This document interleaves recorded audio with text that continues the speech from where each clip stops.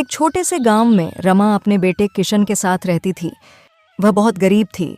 कुछ समय पहले रमा का पति एक सड़क दुर्घटना में मर गया था। तब से उनके घर का कमाने का जरिया ही खत्म हो गया था। रमा के पास एक छोटा सा खेत था। एक दिन उसने सोचा, यदि जल्दी कुछ कमाने के बारे में नहीं सोचा तो हम दोनों भूखे मर जाएंगे। तभी उसे एक उपाय आया। बेटा, क्यों ना हम अपने खेत पर आलू उगाएं, फिर उसके पराठे बनाकर बेचेंगे तो हमारी कुछ कमाई हो जाएगी। हाँ माँ, तुम ठीक कहती हो।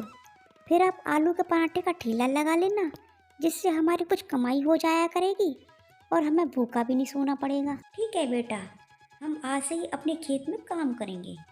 इसके बाद रमा और उसका बेटा खेत में खूब मेहनत करते हैं और फिर उसके पति ने जो बचत करके रखी थी उससे आलू के पराठे बनाने के लिए ठेला खरीदती है। कुछ समय बाद खेत में आलू उग जाते हैं। उसके बाद रमा उन आलूओं को खेत से निकालकर अपने घर ले आती है। अगले दिन सुबह रमा आलू के पराठे बनाने का काम शुरू कर देती है, लेकिन कुछ दिनों तक उसके ठेले पर कोई ग्राहक नहीं आता है। अब तो रमा यह सब देखकर बहुत दुखी हो जाती है। हे भगवान, मैंने और मेरे बेटे ने बड़ी मेहनत करके ये ठेला लगाया है। अगर ये आलू के पराठे का ठेला नहीं चला तब बहुत मुश्किल हो जाएगी। रमा यह सब सोच ही रही थी, तभी उसके ठेले पर एक बूढ़ी अम्मा आती है। बेटी, क्या मुझे खाने को कुछ मिलेगा?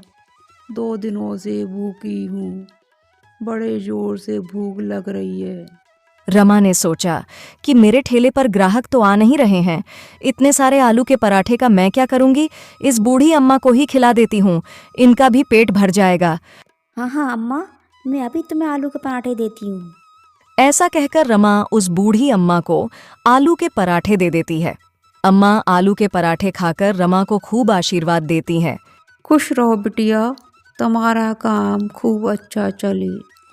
यह कहकर बूढ़ी अम्मा चली जाती है, लेकिन थोड़ी देर में रमा के ठेले पर आलू के पराठे खाने के लिए कुछ लोग आते हैं। अरे बहन, जरा एक प्लेट आलू के पराठे देना, बड़ी जोर से भूख लग रही है।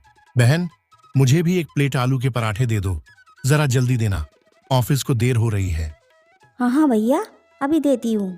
यह कहकर रमा उन दोनों को आलू के पराठे की प्लेट लगाकर दे देती है। रमा यह सोचकर खुश हो रही थी कि चलो कुछ ग्राहक तो आए उसके ठेले पर। अभी रमा यह सब सोच ही रही थी कि उसके ठेले पर धीरे धीरे आलू के पराठे खाने वालों की भीड़ इकट्ठी होने लगती है। बहन, तुम्हारे पराठे की खुशबू तो दूर दूर तक फैल रही है। खुशबू से तो मेरी भूख बढ़ गई है। 2 प्लेट पराठे लगा दो। बहन, मुझे भी 2 प्लेट पराठे लगा दो, घर ले जाकर बच्चों के साथ खाऊंगा। ठीक है भैया, मैं अभी सभी को आलू के पराठे देती हूँ। इस तरह से रमा के आलू के पराठे की चर्चा दूर दूर तक होने लगती है। अब उसके ठेले पर ग्राहकों की भीड़ लगी रहती थी। भगवान, तेरा बहुत बहुत धन्यवाद। यह सब उस बूढ़ी अम्मा के आशीर्वाद के कारण हुआ है। उन्हीं के कारण मेरे ठेले पर ग्राहकों की भीड़ लगी रहती है। अब तो रमा का काम खूब अच्छा चलने लगता है। धीरे धीरे उसने ठेले के स्थान पर एक रेस्टोरेंट खोल लिया और अपनी मदद के लिए एक आदमी भी रख लिया था। उसमें वह आलू के पराठे के साथ साथ चाय भी बनाकर अपने ग्राहकों को देने लगी। फिर उसने अपनी झोपड़ी के स्थान पर एक पक्का मकान बना लिया और अपने बेटे किशन को पढ़ने के लिए अच्छे स्कूल में भेज दिया।